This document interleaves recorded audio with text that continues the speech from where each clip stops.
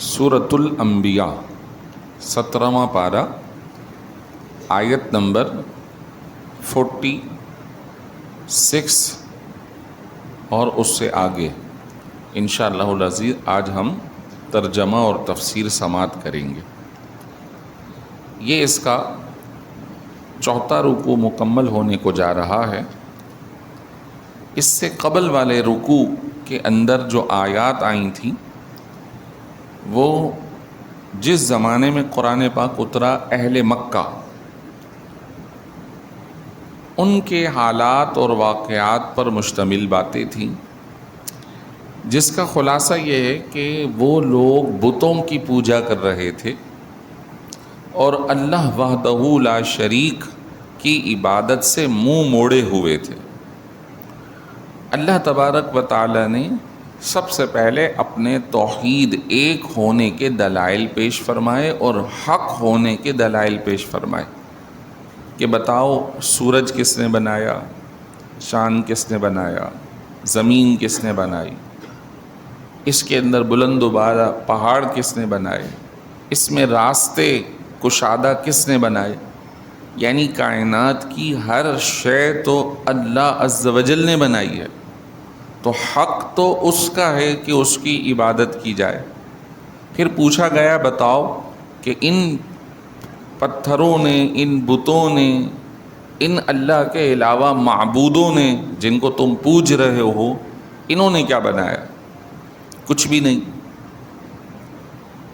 اللہ تبارک و تعالی نے فرمایا اے حبیب کہہ دیجئے رات اور دن میں اللہ کے عذاب سے تمہاری حفاظت کون کر سکتا ہے؟ اگر وہ رات کو عذاب نازل فرما دے، دن میں نازل فرما دے، کوئی روک سکتا ہے؟ بلکہ یہ اپنے رب کے ذکر سے منہ پھیرے ہوئے ہیں، اپنے رب کو یاد کرنے سے، اپنے رب کی بارگاہ میں رجوع کرنے سے یہ منہ پھیرے ہوئے۔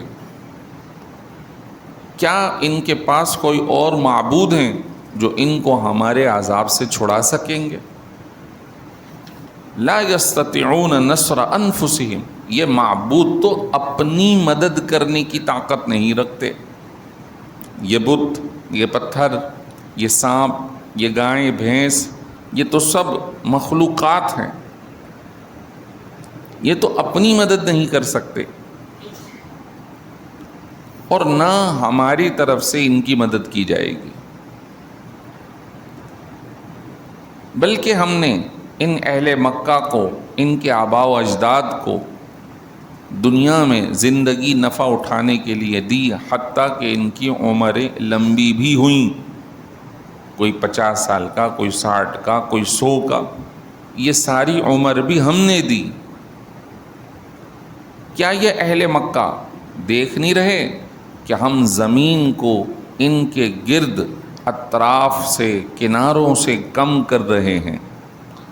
مکے والوں نے جب اسلام کو قبول نہ کیا تو پھر یہ اسلام کا دائرہ باہر نکل گیا۔ مدینہ پاک کے اندر لوگ مسلمان ہو گئے، قرب و جوار کے لوگ مسلمان ہو گئے، یمن کی طرف سے مسلمان ہو گئے، مکے کے دائیں بائیں کی آبادیاں مسلمان ہو گئیں۔ فرمایا کہ کیا دیکھ نہیں رہے، یہ قبول نہیں کر رہے تو ہم نے ان کے دائیں بائیں سے زمین کو ان کے اوپر تنگ کرنا شروع کر دیا۔ جو کفر کا دائرہ بڑا تھا وہ ہم نے تنگ کر کے بہت محدود کرنا شروع کر دیا۔ اور جب فتح مکہ ہوا تو وہ جو آخری حصہ تھا، یعنی مکہ مکرمہ کے ارد گرد جتنے لوگ تھے، مکہ مکرمہ میں کتنے لوگ تھے، وہ سارے کے سارے پھر اسلام کے ماتحت آ گئے، سب گرفتار ہو گئے۔ حضور علیہ الصلوۃ والسلام نے اس میں اعلان فرمایا کہ اذهبوا انتم الطلقاء، جاؤ میں نے تمہیں آزاد کیا۔ اس زمانے کے مطابق تو یہ تھا کہ جو پکڑا جاتا اسے غلام بنایا جاتا تھا، اسے بازاروں میں بیچا جاتا تھا، لیکن آپ صلی اللہ علیہ وسلم نے ان مخالفین کو، ان کی مخالفت کے باوجود حق کو قبول نہ کرنا، اس کے خلاف دشمنی کرنا، ان تمام کے باوجود جب ان تمام لوگوں پہ غلبہ پا لیا، اس کے باوجود رحم کا اظہار فرمایا، رحمت للعالمین کا اظہار فرمایا اور سب کو آزاد کر دیا۔ سب کو آزاد کر دیا، کسی کو غلام نہیں بنایا مکہ مکرمہ میں، حالانکہ بہت سارے لوگ پکڑے گئے تھے، سب لوگ ہاتھ باندھ کے کھڑے تھے جب مکہ مکرمہ کی فتح ہوئی اور یہ علاقہ پورا اسلام کے ماتحت ہوا۔ اور پھر آپ صلی اللہ علیہ وسلم نے خود اور سیدنا علی المرتضیٰ کو ساتھ لے کر مکہ مکرمہ کے اندر جتنے بت تھے انہیں سب توڑ دیا، دیواروں پر انبیاء علیہم السلام کی تصاویر بنائی ہوئی تھیں انہیں مٹا دی، اور آپ صلی اللہ علیہ وسلم نے اس کو پاک فرمایا۔ اور پھر جو مکہ مکرمہ کے ارد گرد غیر شرعی طریقے سے لوگ عبادت کرتے تھے وہ سب ختم کر دیے گئے، بین لگایا گیا۔ اس زمانے کے اندر لوگ بغیر کپڑوں کے ننگے طواف کرتے تھے، کہتے تھے کہ یہ کپڑے بھی ہمارے مال سے ہیں، مال میں ہماری خرابی ہو سکتی ہے، یہ جسم صرف ہمارا صحیح ہے تو ہم خالی جسم سے طواف کریں گے، یعنی عبادت بھی برہنہ کرتے تھے۔ جیسے آج کے زمانے میں ہندوؤں کے یہاں آج بھی ننگے پنڈت اور سادھو ہوتے ہیں۔ ابھی پچھلے مہینے ان لوگوں کا کمبھ میلہ ہندوستان میں جاری رہا اور سارے ننگے، وہ سمجھتے ہیں کہ عبادت کر رہے ہیں، وہ سمجھتے ہیں کہ ہم کوئی نیک کام کر رہے ہیں۔ یہ بے شرمی ہے، یہ بے حیائی ہے۔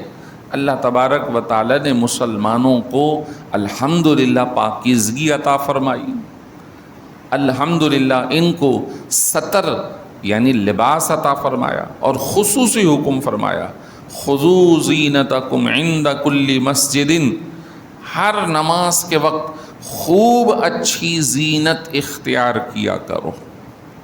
زینت کیا ہے؟ لباس، خوشبو، عمامہ، ٹوپی۔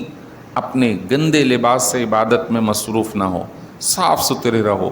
آپ صلی اللہ علیہ وسلم نے فرمایا طہور شطر الایمان، الطہور نصف الایمان۔ شطر حصے کو کہتے ہیں، نصف آدھے کو کہتے ہیں، دونوں طریقے کی حدیثیں کہ پاکیزگی ایمان کا حصہ ہے۔ جو مومن ہوگا وہ پاکیزہ رہے گا، جو مومن ہوگا وہ صاف ستھرا رہے گا، یہ اس کے ایمان کا آدھا حصہ ہے۔ یعنی اگر کوئی مسلمان ہے تو اس کی زندگی کے اندر ایک حصہ ایمانیات کا ہے تو ایک حصہ اس کے عبادات کا ہے، اور عبادات کے اندر ظاہری پاکیزگی، لباس کی پاکیزگی، جگہ کی پاکیزگی، میں ایک ہفتے سے یہی درس نماز کی پاکیزگی کے حوالے سے دے رہا ہوں۔ اسی طرح زکوٰۃ دو تو زکوٰۃ آپ کے مال کو پاک کرتا ہے۔ آپ کوئی بھی نیک کام کرو تو پاک مال سے کرو، ناپاک مال سے کوئی نیکی قبول نہیں ہوتی۔ چوری سے، اسی طرح لوٹ گھسوٹ کے، سود کے پیسوں سے، ان تمام پیسوں سے جو ناپاک مال ہے اللہ کی بارگاہ میں نیکی قبول نہیں ہوتی۔ یہاں پہ یہ عرض کروں، بعض لوگ ایسا کرتے ہیں کہ ایک سیونگ اکاؤنٹ کھلوا لیتے ہیں، سودی اکاؤنٹ، اس کے اوپر انٹرسٹ یعنی سود کا پیسہ آ رہا ہوتا ہے، وہ پیسہ نکال کے پھر غریبوں کو راشن بانٹتے ہیں۔ بولا ہماری نیت تو یہ ہے۔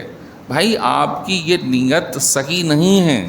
آپ کا سود لینا، اس کا ایگریمنٹ کرنا، اس کے لیے اکاؤنٹ پہ سائن کرنا، تو آپ سود لینے والے شمار ہوں گے چاہے آپ استعمال نہ کریں۔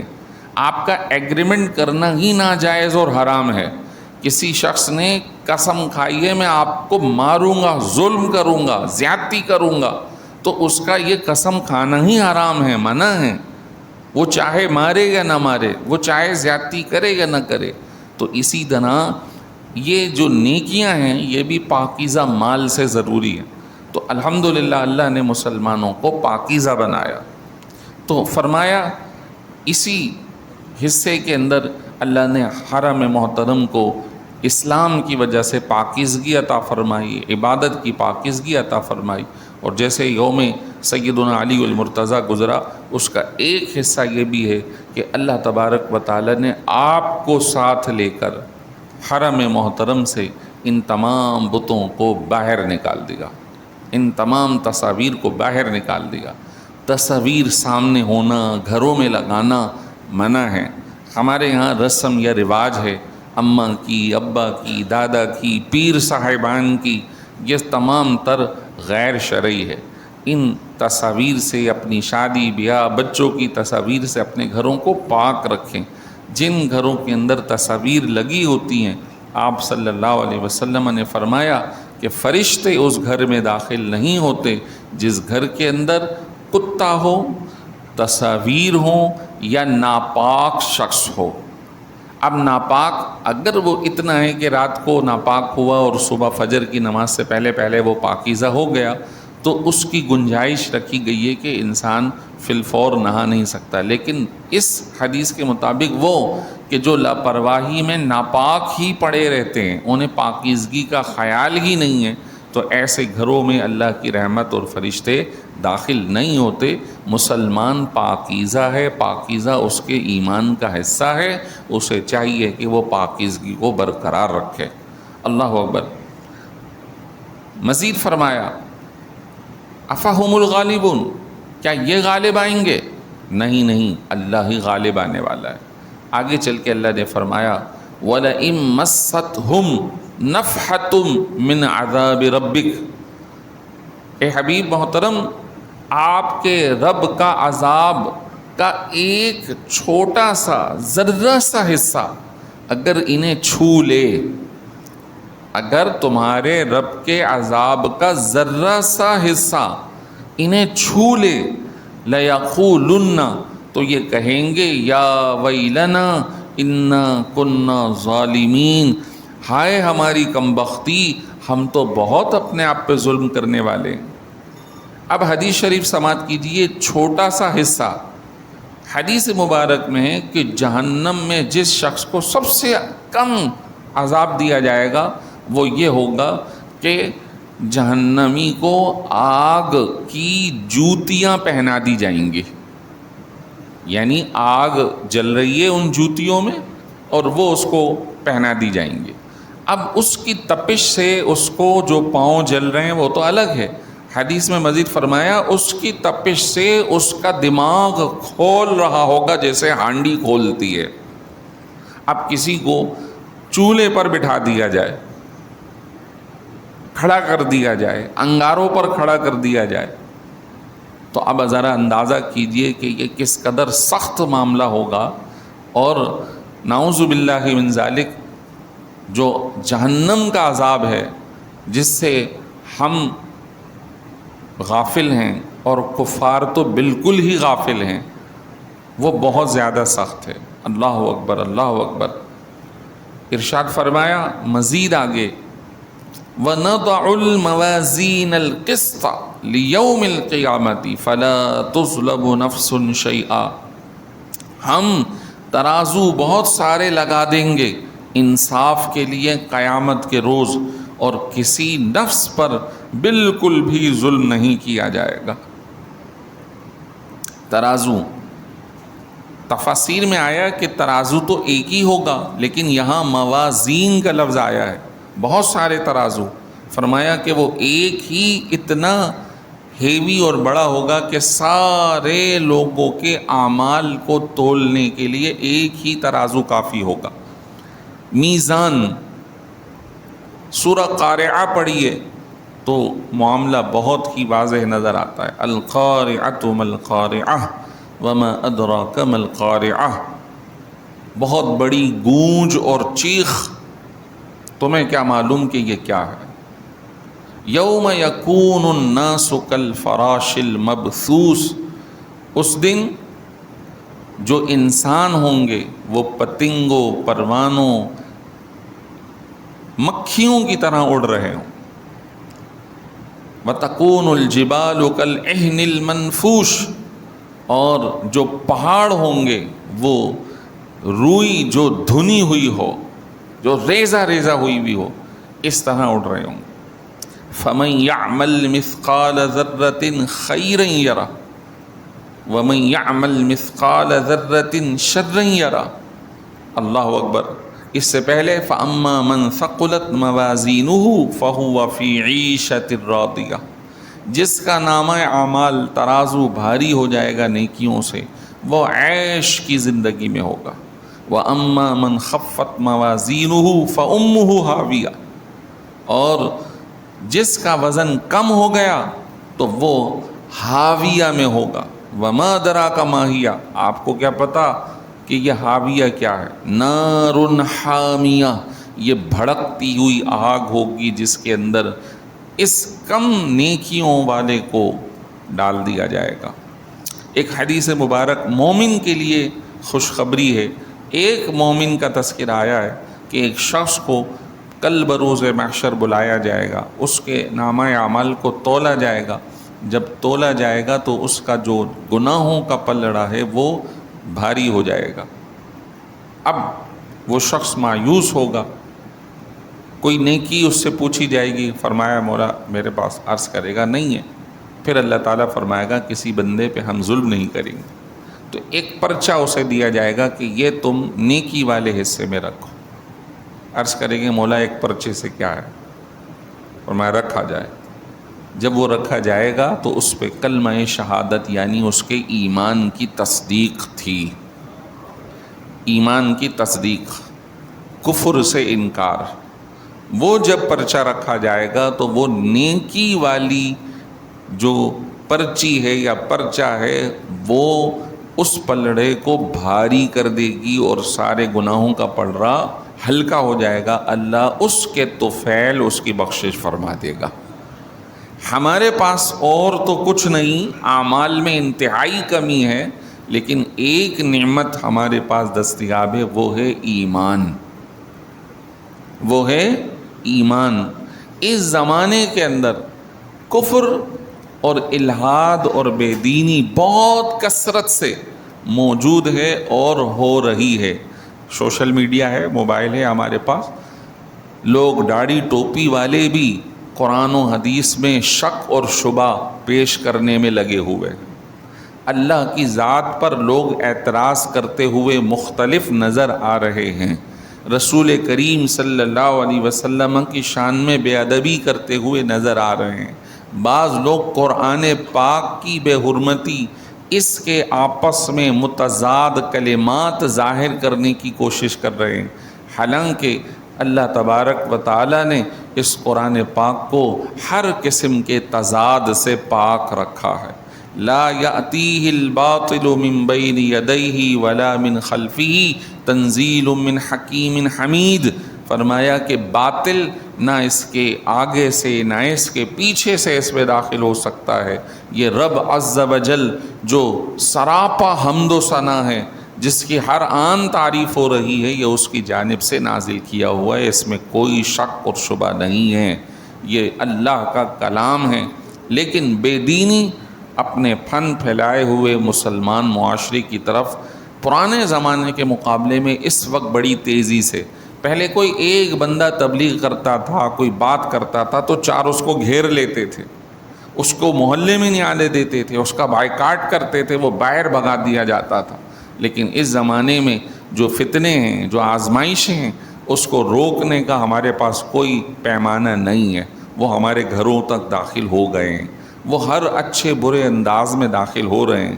جیسے یہ فائر وال لگائی گئی تھی، ابھی آپ موبائل فون کر رہے ہیں تو ٹون ایک آ رہی ہے کہ جناب والا سوشل میڈیا پہ کوئی بھی ایسا مواد جو قابل سزا جرم ہے آپ شیئر نہیں کر سکتے، ایمانیات کے حوالے سے، توہین رسالت کے حوالے سے. یہ ایک قانون تو ہے، وہ فائر وال لگی تو صحیح، لیکن وہ کیا ہے، سیاسی اعتبار سے تو استعمال ہوئی. ایک تنظیم نے دوسرے کو پچھاڑا، ایک جماعت نے دوسرے کو گرایا. لیکن جو ایمانیات کے مسائل تھے، جو کفر اور الحاد و بے دینی کے مسائل تھے، اسے ابھی تک روکا نہیں جا سکا اور اسے روکا نہیں جا رہا.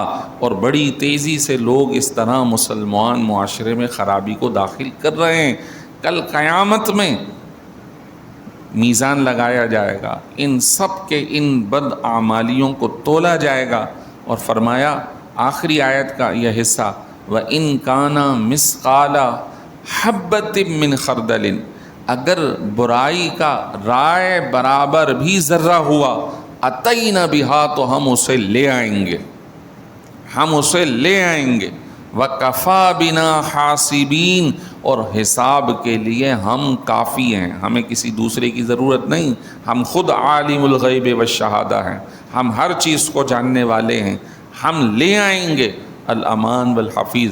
یہ تو ہم نے ان کی بات کی. اب اگر ہم اپنے دیکھیں تو ہمارے اعمال میں بھی کمی ہے. ہم خوش فہمی میں مبتلا نہ رہیں. ہم ایمان تو لے آئے لیکن گناہوں بھری زندگی بسر کر رہے ہیں. اللہ ہمیں بھی جانتا ہے. ضرور توبہ اور استغفار کرنا چاہیے. جہنم کے آزادی کا عشرہ اختتام کی طرف بڑھ رہا ہے. دعا کریں اللہ تعالی ہمیں بھی، امت مسلمہ کو، والدین ہمارے عزیز و قارب سب کو اللہ جہنم سے آزاد فرما دے. الحمدللہ رب